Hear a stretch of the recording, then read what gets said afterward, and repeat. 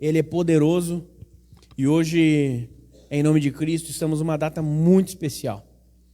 Eu coloquei no grupo alguma coisa hoje pela manhã. Nós estamos comemorando hoje o dia de Pentecostes. É uma festa... Aqui, teu telefone. O judeu comemora o dia de Pentecostes desde sexta-feira, 18 horas, até domingo, 18 horas, porque o dia judeu inicia às 18 horas. Mas nós não somos judeus e nós não podemos judaizar nossa fé. Somos cristãos. E nós temos sim que entender o que significa o Pentecostes para nós. Pode sentar, queridos, em nome de Jesus. Nós vamos fazer a leitura da palavra daqui a pouquinho. Nós temos que entender o significado do dia de Pentecostes para nós. A mensagem nem é sobre Pentecostes. Nós estamos numa campanha, numa cruzada evangelística chamada Volta para Casa Filho. Mas é que é uma data tão especial para nós cristãos. É uma data que se cumpre a promessa de Deus nas nossas vidas. É uma data em que se cumpriu a promessa de Deus na vida dos seus apóstolos, na vida dos seus discípulos, e ela vem se cumprindo diariamente na vida de todo aquele que nele crê. Porque a palavra de Deus diz que os sinais seguirão aqueles que creem. Então os sinais do Senhor seguem aqueles que creem na sua palavra.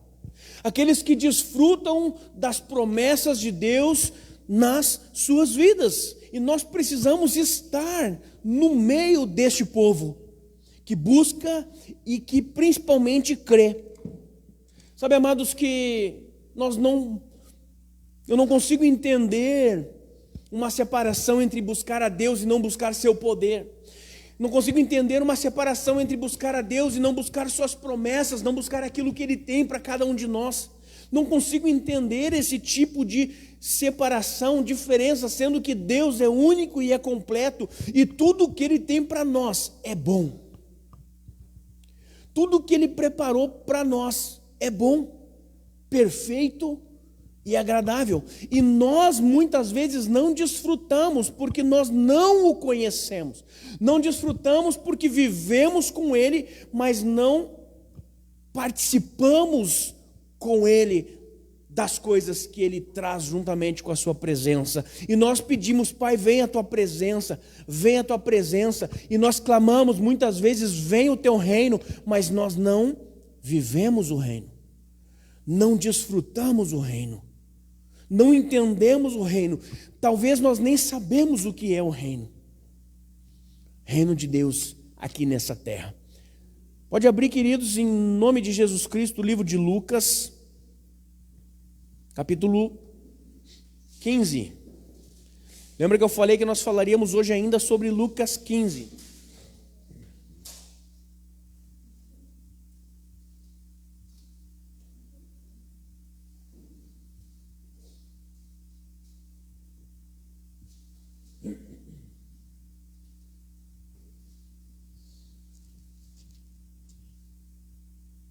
Lucas 15, 25.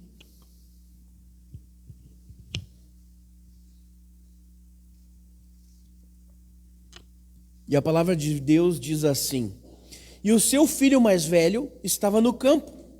E quando veio e chegou perto de casa, ouviu a música e as danças. E chamando uns dos servos, perguntou-lhes que era aquilo.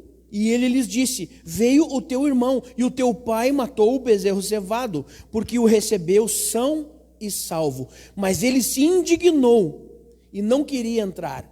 E saindo o pai estava com ele. Ou seja, o pai foi até ele e discutia com ele a respeito disto.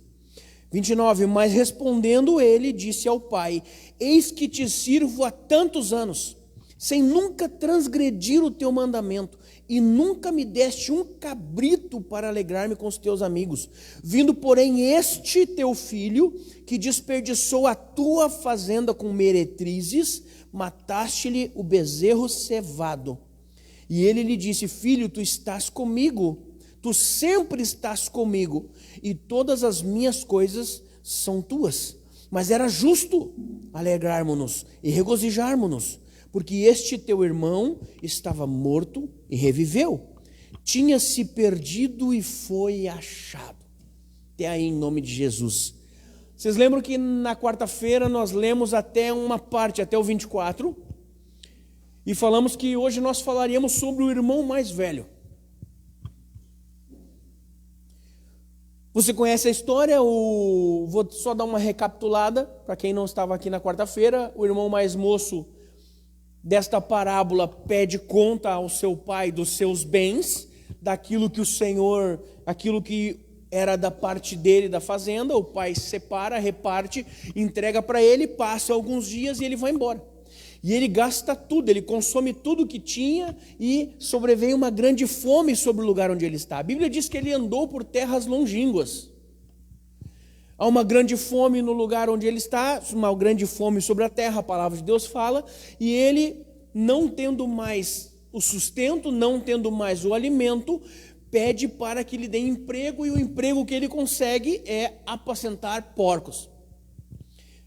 A palavra de Deus fala que ele muito queria, pelo menos, comer da lavagem dos porcos, porque ele estava com fome, mas nem isso davam para ele. Nem isso permitiam que ele comesse. Então ele fala: olha, lá na casa do meu pai, até mesmo os servos, os empregados, têm pão sobrando. Então, vou me levantar, vou ir até a casa do meu pai e vou falar para ele: olha, eu pequei contra ti, pequei contra os céus, já não sou digno de ser chamado teu filho, porém tem-me como um dos teus empregados. E quando ele chega lá, que ele começa a falar, o pai dele estava, nós já falamos na parte de cima da casa, olhando o campo, e vê o filho chegando, corre até ele, abraça e beija.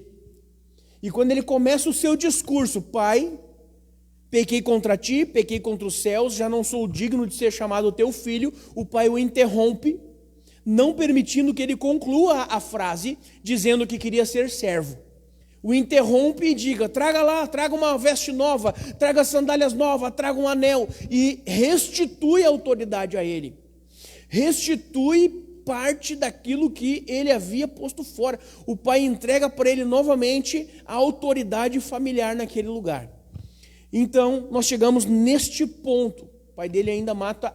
Acho que interessante aqui quando nós lemos, amados, no 30 diz assim: vindo porém este teu filho, que desperdiçou a tua fazenda com meretrizes, mataste-lhes o bezerro cevado. Ele não fala mataste um bezerro cevado. Por que isso? O que era o bezerro cevado? Era o melhor que se tinha. Aquele que separava-se para entregar no templo como oferta. O mais puro, o sem defeito, o sem mancha, o perfeito, o amolado, aquele que era cevado, preparado, guardado, cuidado para entregar como oferta no altar. E aí a indignação do irmão: tu preparaste o novilho cevado, o bezerro cevado. Interessante isso, porque o pai, quando o filho retorna, entrega o melhor para ele, para fazer uma festa pelo seu retorno. Isso me faz lembrar um salmo que diz que os céus entram em festa quando há um pecador arrependido, né? Isso me faz, essas parábolas aqui me trazem tanto à minha mente coisas do meu passado, de pessoas que vivi, que conheci, minhas próprias experiências de vida. Muitas vezes eu era como esse irmão mais velho, já falei isso várias vezes aqui, como alguém que estava na casa do pai, trabalhava para o pai e muito, mas sequer entendia a paternidade. Sequer entendia a paternidade, e essa foi a indignação dele. Esse cara pede aquilo que é teu, gasta com meretrizes, e quando ele volta, ou seja, no momento em que o filho mais velho olha para o pai e diz assim: vem porém este teu filho, tamanha a indignação que ele ficou, ele até se destituiu da filiação. Ele fala: este teu filho. O pai traz, mesmo assim, o pai entende, compadece dele e diz assim: e voltou o teu irmão que estava perdido, estava morto. Quantas vezes nós estamos na presença de Deus dessa forma: pai, eu tenho trabalhado para ti uma vida toda, Pai, eu tenho trabalhado para Ti uma vida toda, mas por quê? Eu estou sempre em luta, sempre em dificuldade, eu estou sempre na miséria, eu estou sempre doente, sempre enfermo, sempre lutando, porque nós não entendemos o reino. E por não entender, nós não desfrutamos do reino. Quer ver? Eu vou fazer uma analogia que eu escutei, eu achei fantástica. Eu escutei essa semana, caiu com uma luva para essa mensagem. Qual o melhor carro que a gente conhece aqui, da volta? Uma Hilux, pode ser? Quanto custa uma Range Rover? Custa 250 mil, né? Mais? Uma Range, todo mundo conhece uma Range Rover? Digamos que eu chegue para ti hoje e diga assim, cara, eu tenho algo para te dar. Eu tenho uma Range Rover para te dar. Pá, um carrão, né? Vai ficar feliz da vida. Só que daí eu vou chegar para ti e vou dizer assim, só que porém, eu vou te dar essa Range Rover, mas tu tem que morrer. Quê? Tu vai querer a Range Rover?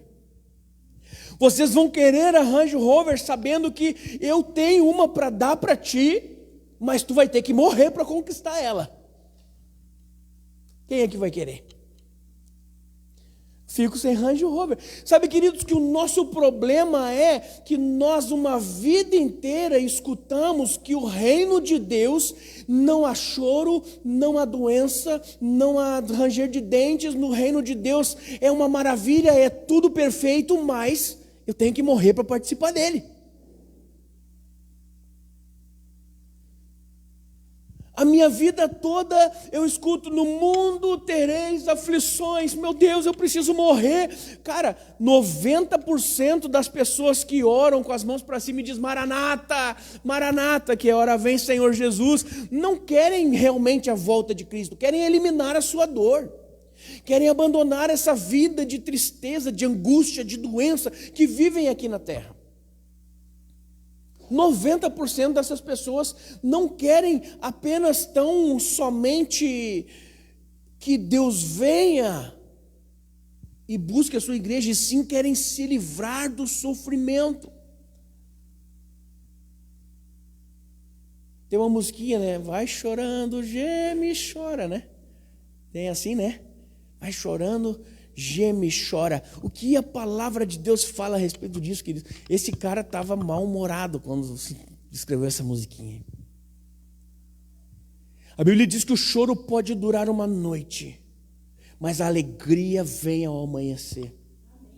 A palavra de Deus até fala que no mundo tereis aflições, mas nós paramos aí, e como todos os versículos de promessa, a gente só quer pegar aquilo que nos convém, e para mim me convém me queixar e reclamar, e não querer viver algo mais, algo além do Senhor, e eu paro aí. Mas Cristo disse, no mundo tereis aflições, porém o quê? Tende bom ânimo. Glórias a Deus, porque eu venci o mundo e vocês também vencerão. Quantas pessoas se afastam da presença de Deus, como este homem que vivia dentro da casa do pai, mas era apenas um trabalhador, era apenas um servo, não desfrutava do que o pai tinha. Tu não me dá nem um cabrito para comemorar com os meus amigos.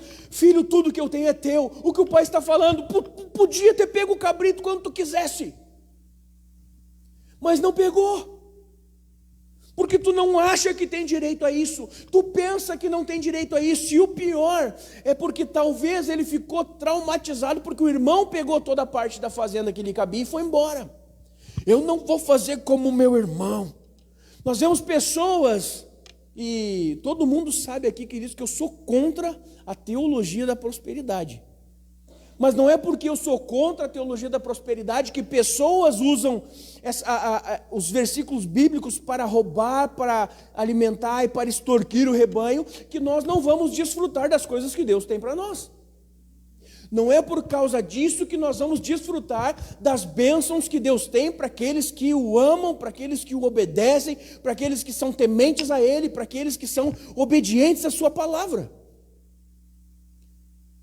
Porque se nós cair numa de apenas vir à igreja e trabalhar sem desfrutar da presença, seremos apenas servos. Seremos apenas servos e não vamos ganhar nem desfrutar de nada do que Ele tem para nós. A palavra correta é desfrutar da sua presença. Quando Ele se manifestar, eu querer estar na sua presença. Sabe, queridos, que nós temos, aqui no Brasil, nós não temos o costume, o hábito de leitura.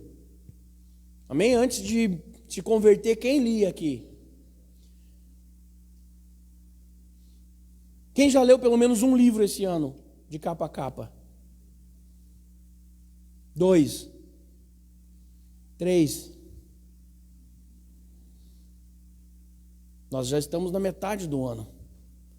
Nós não temos o hábito da leitura. Não temos. E isso é comum. Então não adianta a gente chegar aqui e dizer assim, vocês têm que ler a Bíblia.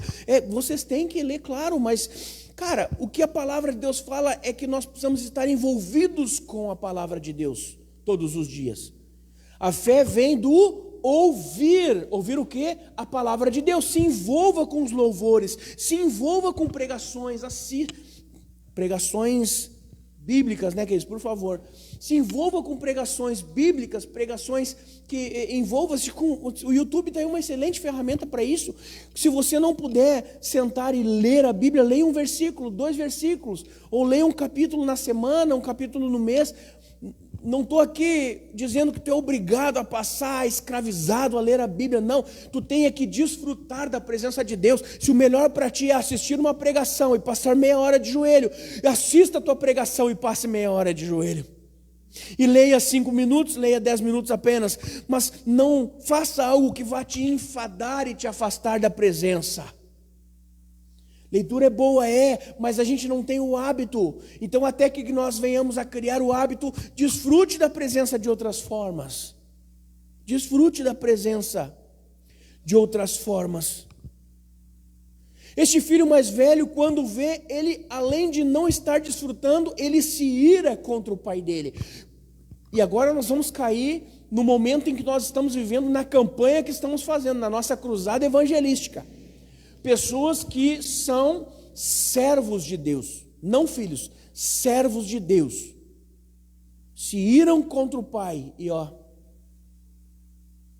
afastam-se da presença do pai e do congregar dos irmãos. Porque talvez alguém que o feriu era o irmão mais novo dessa conversa. Talvez alguém que o feriu era o irmão esbanjador, o pródigo. E aí afastou-se da presença de Deus, afastou-se da igreja, porque alguém o feriu. Esse filho se destituiu da filiação porque o irmão feriu ele, porque o pai o acolheu de volta. Ele não gostou. E ele preferiu não estar na presença do pai. A Bíblia diz que ele ficou... Cara, isso aqui é muito profundo. Isso aqui é muito profundo. Versículo 28, mas ele se indignou e não queria entrar. Quantas pessoas conhecemos que estão assim, indignadas com a igreja, com os pais, com o pai, com os seus irmãos, que o feriram, o magoaram. E tenhamos aqui irmãos como talvez líderes religiosos, afastam-se da festa que o pai está dando, porque preferem, e me desculpe se tu está assim em casa, nem sei se nós devíamos transmitir esse culto, mas ficam fazendo beicinho e não querem desfrutar daquilo que o pai tem, daquilo que o pai está dando.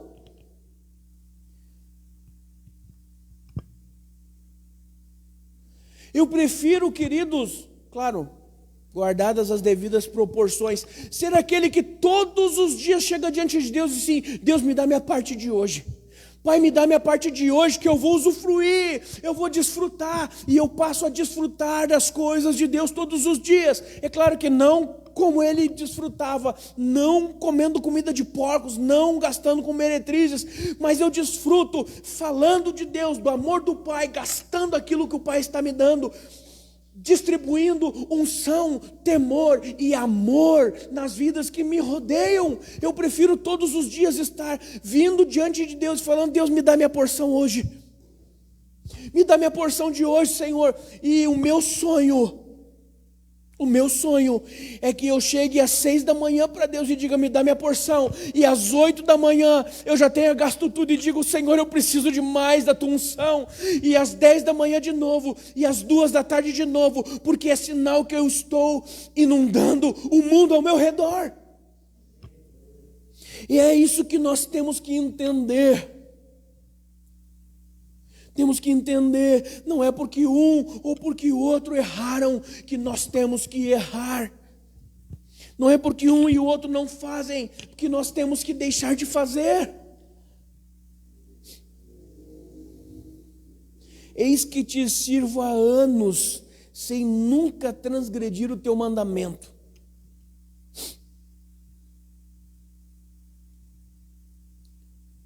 Que cobrança arrogante, queridos. Que cobrança arrogante. Eu te sirvo há anos sem nunca transgredir os teus mandamentos. É possível isso ou não? Não é possível isso. No momento em que ele talvez, nós falamos um pouco aqui na quarta-feira, sobre talvez o relacionamento dos irmãos não era bom. Talvez, a Bíblia não fala. Mas pela ira dele, do retorno do irmão, nós podemos entender.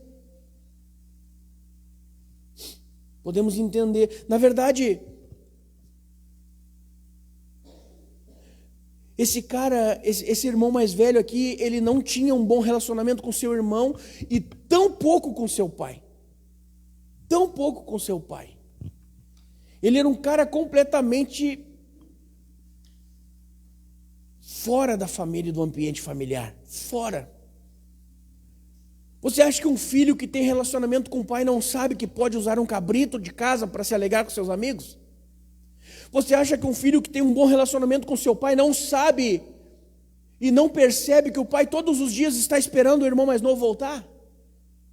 Você acha que ele não estaria já preparado para isso? Você acha que se ele tivesse um bom relacionamento com o pai dele, ele não ia chegar em casa e ver a festa e dizer assim: antes de perguntar, o meu irmão está aí de volta, porque o meu pai preparou um novilho para ele, porque o meu pai disse que faria uma festa quando ele voltasse. Esse cara vivia com o pai e não se relacionava, não conhecia o pai dele. Quantos de nós estamos na igreja dessa forma? Quantos de nós vivemos na igreja dessa forma e colocamos nosso melhor terno, nossa melhor gravata mais bonita, camisa, sapatinho lustrado, entramos na igreja e saímos da mesma forma, porque não temos relacionamento com o Pai. Não temos relacionamento com o Pai. E ainda somos capazes de chegar diante do altar e dizer: eu sou isso, eu sou aquilo. Por que tu não me ouve?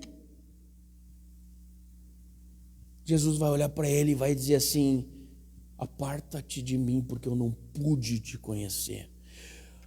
Ah, mas eu era obreiro, diácono, pastor, apóstolo. Aparta-te de mim, porque eu não pude te conhecer. Não pude te conhecer. A palavra de Deus não fala, não te conheci. A palavra de Deus fala, não pude te conhecer, ou seja, Deus tentou conhecer, mas foi impedido pela falta de relacionamento. Foi impedido pela falta de relacionamento. Do que adianta não desfrutar do que o Pai tem? E o pior, Às vezes enche a boca, bate no peito e fala: eu sou isso, sou aquilo, faço aquilo outro, prego em teu nome, curo e blá blá blá blá blá blá blá blá blá. Porque pessoas que não têm relacionamento é só blá blá blá. Me perdoem, é só blá blá blá. Não devia estar transmitindo, hoje eu estou afiado. As pessoas que não se relacionam com Deus, queridos, não passam de palavras ao vento. Não passam de palavras ao vento. Não importa.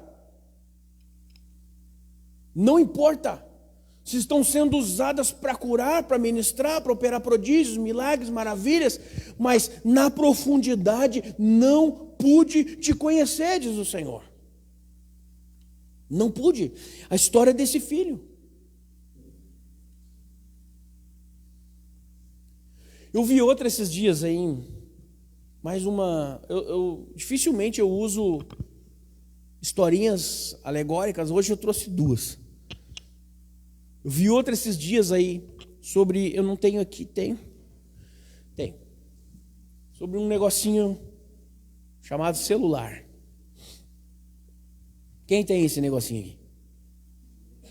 Todo mundo tem um negocinho chamado celular. Você sabe qual é a parte mais barata do telefone celular? O chip. O chip eu acho que custa R$10. 15? 15 pila um chip. Tem celular de 5 mil, 7 mil. Tem, né? Quanto? Misericórdia, 13? Mas ainda assim, só vai funcionar se tiver um negocinho de 15 pila. Esse telefone aqui, onde é que ele está de novo aqui? Esse telefone aqui não tem chip, tá? Esse aqui é o que eu uso para transmitir nossa escola de teologia, para gravar e tal. Não tem chip. Ele serve para duas coisas. Para algumas outras coisinhas. Para umas ferramentas que eu uso, calculadora, calendário, joguinho. E para fazer gravações, pequenas gravações. Mas só isso. Só isso.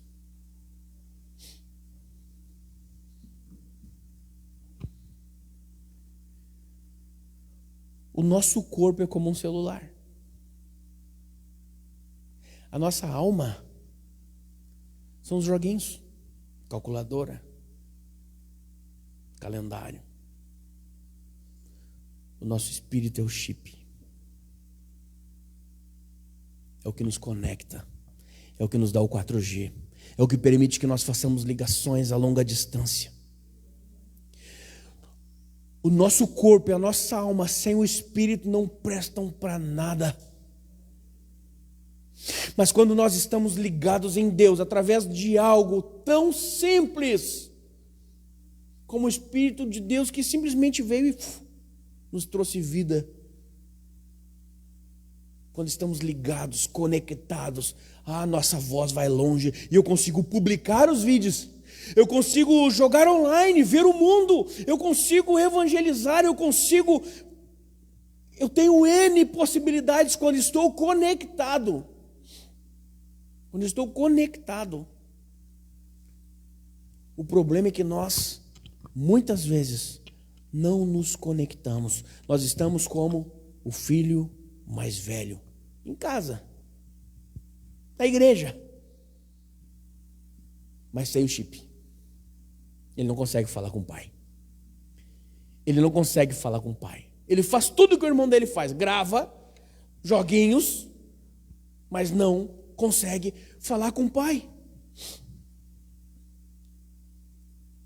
Mas hoje Deus vai trazer um chip novo para nossas vidas. Ainda mais que é o dia de Pentecostes. Hoje Deus vai restaurar a conexão entre nós e Ele. Hoje Deus vai restaurar a conexão daqueles que perderam talvez há algum tempo. Talvez aquelas pessoas que perderam a conexão há algum tempo. que já não buscam mais ao Senhor como deveriam, que já não vivem mais com Deus como deveriam, que já não enfrentam mais a vida como deveriam. Queridos, a oração do Pai Nosso, a oração do Pai Nosso é: venha o teu reino. Você já parou para pensar por que Deus criou o mundo, cara? Eu vi essa também essa semana, é espetacular essa. Por que Deus cria o mundo? Para manifestar fisicamente aquilo que existe no Espírito. Então Ele cria o mundo e põe o homem lá dentro, para que o homem manifeste aquilo que Ele faz no Espírito. E nós precisamos ter esse entendimento. Quando oramos: Pai, venha o teu reino. Voltando à história da Range Rover. Por que eu vou morrer para ter uma Range Rover? Então não tem sentido. Eu não posso querer aceitar viver uma vida de aflições e apenas aflições, sem o bom ânimo e sem vencê-las, para uma vida que está por vir. Não, eu preciso hoje crer em Cristo e dizer: venha o teu reino, e desfrutar do reino dele hoje, das coisas de Deus hoje, das maravilhas dele hoje, das curas hoje, da provisão hoje, de planos sendo realizados hoje. Hoje, não é amanhã, e não foi ontem, é hoje, porque o que foi ontem Ele já fez. O amanhã a Deus pertence, mas a mim cabe viver o hoje. E no hoje eu preciso desfrutar daquilo que Ele tem para mim, em nome de Jesus. Amém, queridos? Glórias a Deus. Eu quero orar contigo essa noite, em nome de Jesus Cristo, para que nós possamos não mais viver como este filho, não mais viver como este filho. E antes de desligar a live, eu quero falar algo para quem está em casa. A gente está vivendo uma cruzada evangelística aqui na igreja. #filho volta para casa. Se você está assistindo este culto online ou vai assistir, venha para a igreja em nome de Jesus. Jesus tem algo importante para fazer na tua vida. Amém? Travessa Alegrete 320. Glórias a Deus.